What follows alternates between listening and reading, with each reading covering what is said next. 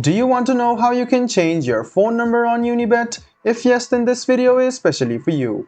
Hello and welcome to TechTube. It's your host back again with yet another interesting tutorial video. In this video, I'm going to teach you how you can change your phone number on Unibet. Go ahead and open unibet.co.uk on your browser and then log into your account. After you log into your account, click on your profile, which is over here, and click on account. The next thing you want to do is click on account details, which you can see on the left hand side, and click on personal details.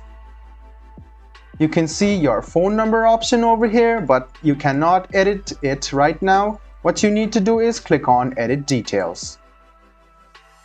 After you do that, go ahead and remove the number and write down your new number.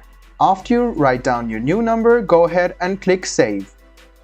And after you click save, you can see that the changes have been confirmed. And this way you can change your phone number using Unibet. I hope this video about how you can change your Unibet phone number or your phone number in Unibet was helpful for you. If you still have any kind of confusion, please do mention us on the comment section down below. Like the video, subscribe to the channel, and do hit the bell button for more. Hope to see you in the next video as well. Until then, goodbye, take care, and make sure you enjoy.